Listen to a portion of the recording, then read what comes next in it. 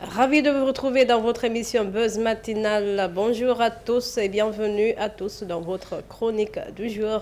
Je suis toujours en compagnie avec Mohamed Sissé qui est là, qui me fatigue. Mais bon, je ne peux pas faire l'émission sans lui parce que c'est lui qui répond aux questions. Bonjour monsieur Mohamed Sissé. Bonjour madame. Vous allez bien? Je vais très bien. La journée, ça a été?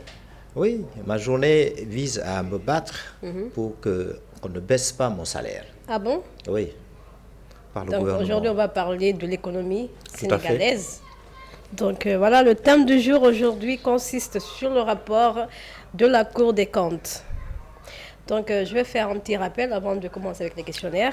Audit du rapport sur la situation des finances politiques gestion de 2019 au 31 mars 2024. Ce rapport comprend sur les opérations du budget général et des comptes spéciaux du Trésor. Ensuite, la gestion de la trésorerie et situation de l'endettement, le document compte des anomalies et des manquements dans la gestion des deniers publics et d'abord d'une dette publique très importante, plus de 18 000 milliards de francs CFA de dette. Si c'est 18 000 milliards de francs CFA de dette. Alors, ce montant faramineux, il est plus important que la richesse générale du pays, générée évidemment par des agents publics et privés. Donc je parle de le PIB, le produit intérieur brut, qui s'élève à 67%. Oui, 67%. C'est trop. C'est trop. C'est trop. Ouais. Vous voyez ça? Donc je me demande comment le gouvernement d'alors, le régime précédent, a géré les finances publiques. De ça ce que l'État a contracté une dette colossale. Énorme. Énorme. Voilà, comme je disais Donc tantôt. c'est la génération suivante qui va sûrement essayer d'éponger cette dette publique-là. Public. Ok, comme tu l'as rappelé tout de suite, le PIB qui est de 99,67% est largement supérieur à ce qu'avait déclaré le régime sortant de Macky Sall. Alors une question pour vous. Alors pouvons-nous dire que le régime de Macky Sall non, qu'est-ce que je veux dire? Je comprends. Ça m'arrive de me perdre, mais on continue. Je voulais dire, alors pouvons-nous dire que le régime de Macky Sall a caché les dettes publiques selon vous? Oui, en effet, lorsqu'on a écouté le Premier ministre Ousmane Sonko à l'issue d'un point de presse qu'il a accordé, à l'issue duquel il a dit que le régime précédent a commis ce qu'on appelle, entre guillemets, le carnage financier.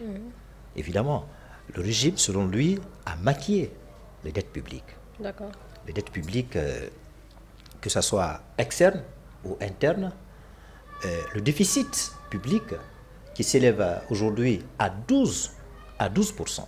Vous avez parlé le montant de la dette qui a été contractée sous le régime de Macky Sall. Donc, selon lui, ce régime a commis un carnage financier. La corruption, le clientélisme politique. Oui. Donc, le régime, en d'autres termes, a menti sur les chiffres. D'accord. Donc, le chiffre qu'il a proposé, et après vérification, après examen par le gouvernement d'Ousmane Sonko, c'est totalement Différent. Vous voyez? Donc, c'est très sérieux. Donc, selon ce gouvernement-là, c'est ce qui risquerait de mettre la situation aujourd'hui, ce qui risquerait de générer une crise économique et sociale. Dans le pays? Au pays. D'accord, merci à vous, Monsieur Sissé. On continue toujours avec nos questions, fidèles téléspectateurs. Après la publication de ce rapport, nous avons vu de suite la réaction de l'Alliance pour la République APR. Suite à leur déclaration, l'APR s'inscrit totalement en faux contre ces accusations. Est-ce que leur sortie était justifiée selon vous? Alors, ce rapport, suite à sa publication, avant même sa publication, il y a eu probablement au début la Cour des comptes avait souhaité publier ce rapport-là, qui était vraiment attendu par les Sénégalais. C'est vrai. Et après la sortie d'Ousmane Sonko, ce qu'il a dit, les gens voulaient savoir ce qu'Ousmane Sonko a dit, le Premier ministre. Est-ce que sa déclaration pouvait être certifiée par la Cour des comptes, pouvait être confirmée par la Cour des comptes. Donc c'était vraiment attendu. À un certain moment, cette publication, on a décidé de s'asseoir à ça. Et aujourd'hui, la publication se trouve sur le site du gouvernement. Alors, après cette publication, on a parlé tout de suite là, le contenu, et il y a eu une corruption massive, le maquillage de la dette publique, le maquillage du déficit public. Alors, malgré cela, l'opposition, l'APR, notamment Takualu Sénégal, a mis en doute la crédibilité et la transparence du contenu de ce rapport. Selon elle, les membres de la commission qui ont été constitués pour examiner, étudier ce rapport-là, à un certain moment, ont été écartés. Et aussi, les ministres, sous le régime de Macky Sall, les ministres au niveau des finances n'avaient pas participé. On les a écartés aussi. Donc, ce qui fait qu'il y a un doute très sérieux sur la crédibilité et la transparence de ce rapport qui vient d'être publié. D'accord. Oui, mais est-ce que leur sortie était justifiée, selon vous? En disant que ça c'est faux, c'est pas c'est pas vrai, le document et tout, est-ce que c'est vraiment justifié? En tout cas, il y a en tout cas une suspicion, une espèce de suspicion qui peut planer sur ce rapport-là. On a entendu un des responsables très importants du Fonds monétaire international utiliser le terme la fausse déclaration.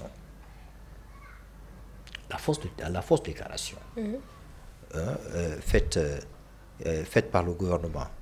Donc ce qui fait que même le même FMI, le Fonds monétaire international, a une espèce de doute sur le rapport. D'accord. L'opposition également, Takualu du Sénégal, est également en doute. Je vous rappelle que au sein de cette coalition-là, il y a des experts, il y a des ministres, il y a des financiers.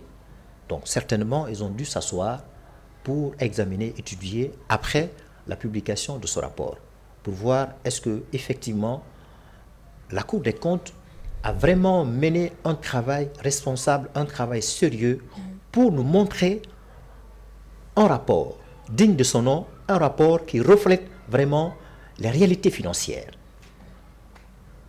Donc c'est ça aujourd'hui. En tout cas,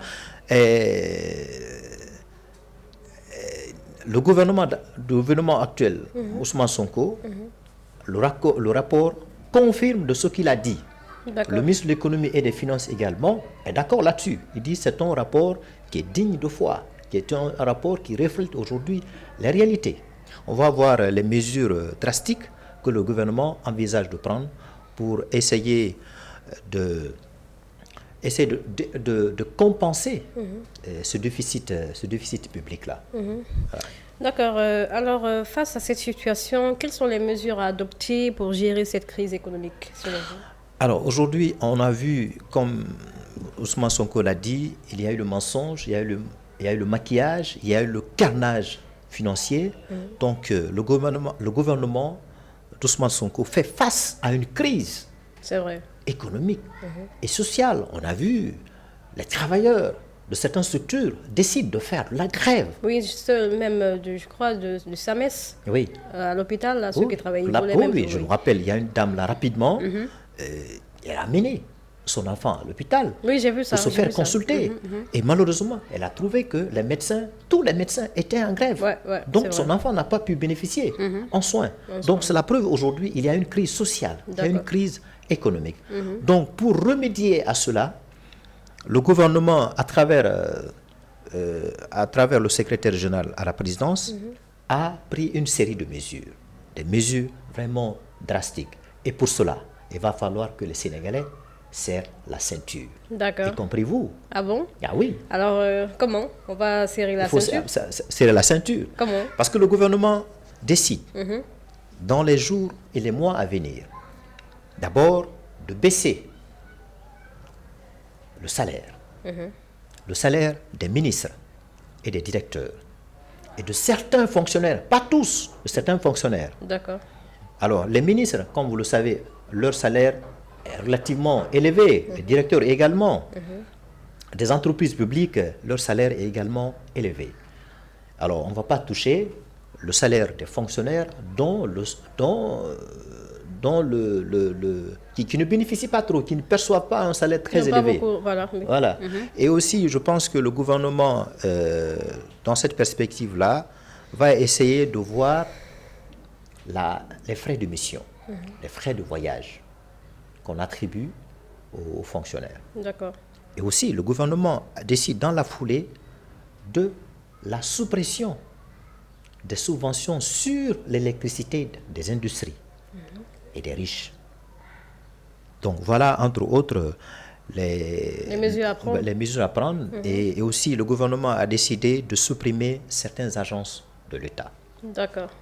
certaines structures de l'État, parce que leur fonctionnement a peu d'impact sur l'économie, D'accord. sur l'économie sénégalaise. On a vu, avant même d'envisager la suppression, d'envisager ces mesures drastiques-là, à l'Assemblée nationale, on a voté la suppression du Conseil économique, social et environnemental et la haute collectivité territoriale, dont le montant de fonctionnement s'élevait à 15 milliards Ah oui, par c'est an. énorme. Par an.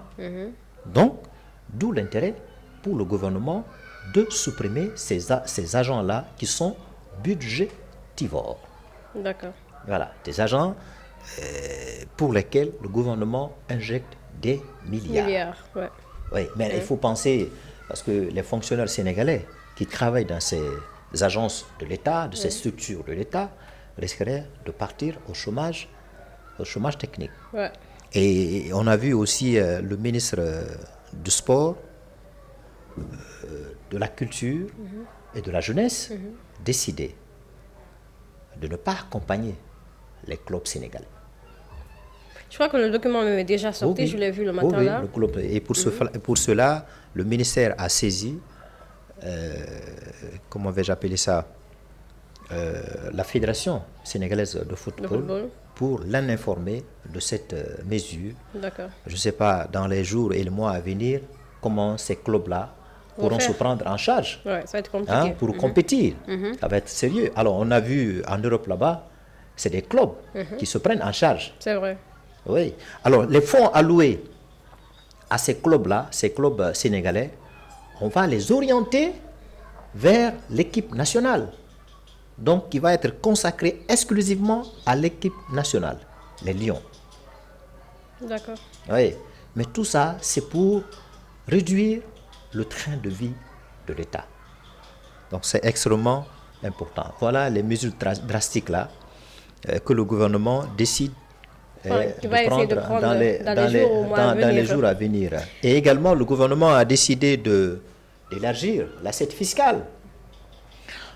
L'assiette fiscale, donc ça va être un peu compliqué. Oui, donc si on élargit l'assiette fiscale, donc on va payer d'impôts. Ouais. Mais on a vu tout récemment le Premier ministre Ousmane Sonko, il dit qu'il va essayer d'avoir une certaine largesse fiscale par rapport au secteur privé, par rapport aux entreprises, des petites et moyennes entreprises, des petites et des moyennes entreprises. Donc, il va leur accorder une certaine largesse en termes de la fiscalité.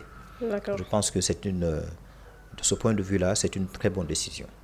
D'accord. Alors, face à cette crise, l'utilisation des ressources pétrolières et gazières est-il nécessaire pour redémarrer l'économie sénégalaise? Alors, on a vu la dette. La dette publique dont on parle, c'est une dette très importante qui est plus supérieure à la richesse générale générés par tout le pays, tous les agents publics de l'État. Cependant, le ministre de l'économie et des finances a dit que la dette est soutenable. D'accord. Et pour cela, le gouvernement a décidé de diversifier les ressources financières et d'intégrer cela dans la loi de finances initiale. Alors, pour cela, on a vu tout récemment le Premier ministre Ousmane Sonko participer à un forum des petites et moyennes entreprises dont le thème est l'innovation et la souveraineté. Donc, à l'issue de ce forum-là, il a pris la décision inédite d'accompagner les entreprises du secteur privé. Il a même dit qu'à partir du mois d'avril 2025, il va injecter 1000 milliards de francs CFA pour assainir l'environnement des affaires. Alors je vous rappelle que les entreprises sénégalaises, ils avaient des difficultés d'avoir accès au financement, la lourdeur administrative. Donc il n'y avait pas aussi également un dispositif d'accompagnement par l'État. Donc le Premier ministre a décidé de prendre cette décision-là pour reformer le secteur privé, pour les permettre de faire des innovations, de pouvoir compétir. Donc voilà. Donc également, quand vous avez parlé de secteur pétrolier, on a vu et aussi le gaz également, JITA, le gaz. Le gaz, il a également commencé à produire. Oui, ça c'est un élément très important. JITA donc, va faire d'ores et déjà une production de 2,5 millions de tonnes de gaz naturel liquéfié par an. Donc ça c'est important. Il y a aussi le pétrole.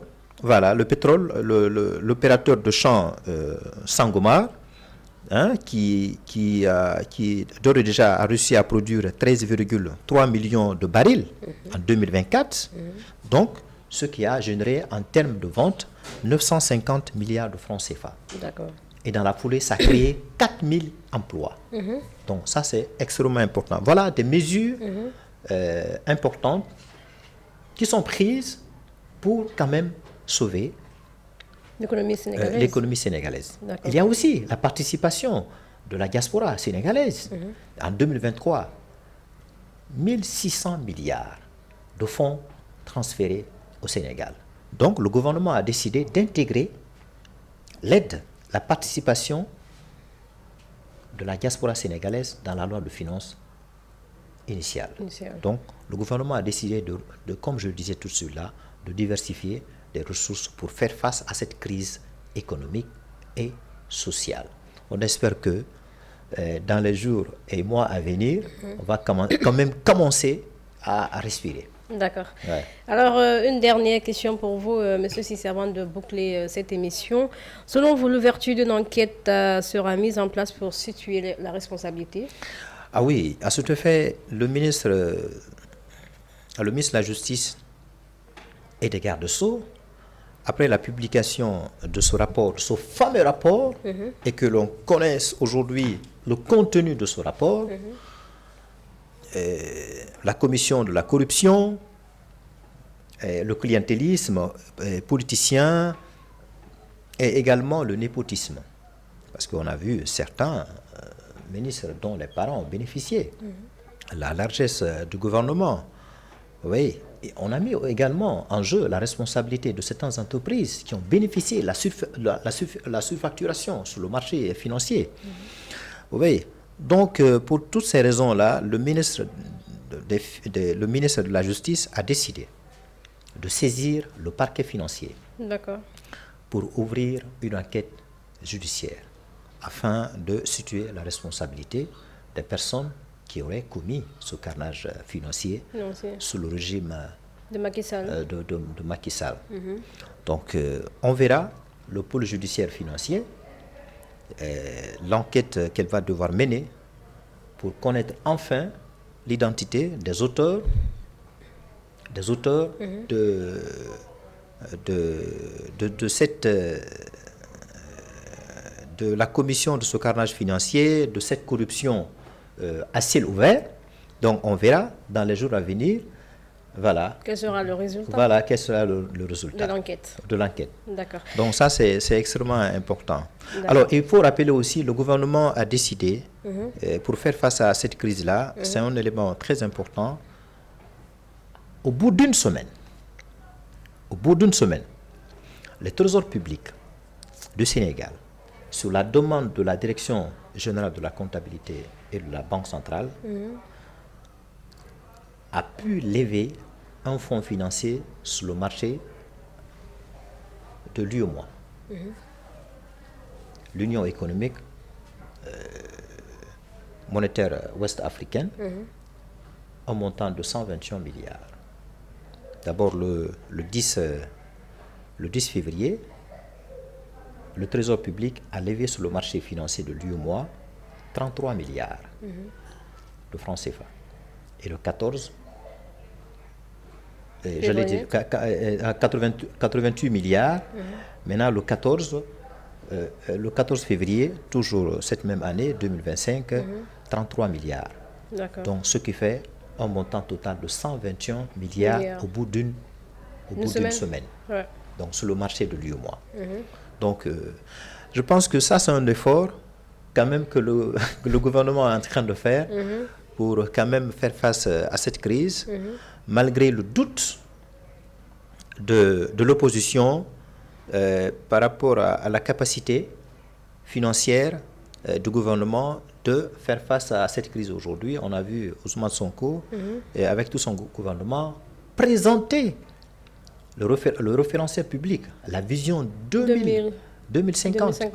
2050. Donc, l'opposition se pose la question, est-ce que le gouvernement a-t-il sa politique et y a-t-il des leviers très importants? Le gouvernement va s'appuyer pour financer ce projet de développement.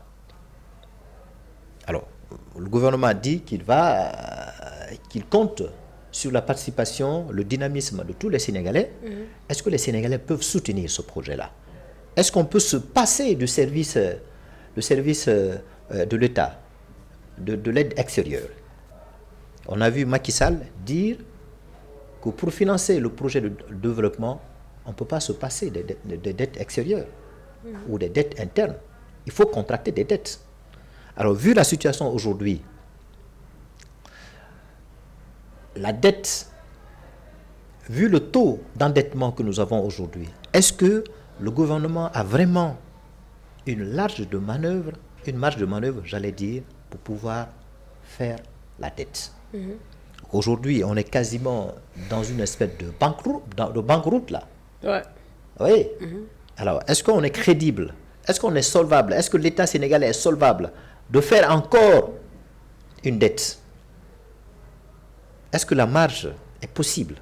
Donc, c'est ça la question.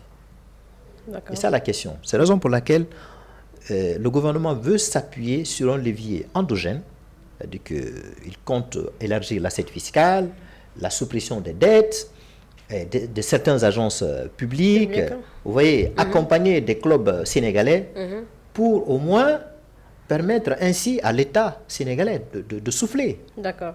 Oui, en tout cas, permettre de faire face à la crise sociale à laquelle les Sénégalais sont confrontés. J'ai parlé des grèves tout récemment, oui, donc c'est compliqué. C'est vraiment compliqué, ça va être tellement compliqué pour l'économie sénégalaise, mais on espère que tout ira bien, Inch'Allah, parce qu'il y a Diomaye, il y a Sonko qui est là, ils vont tout gérer.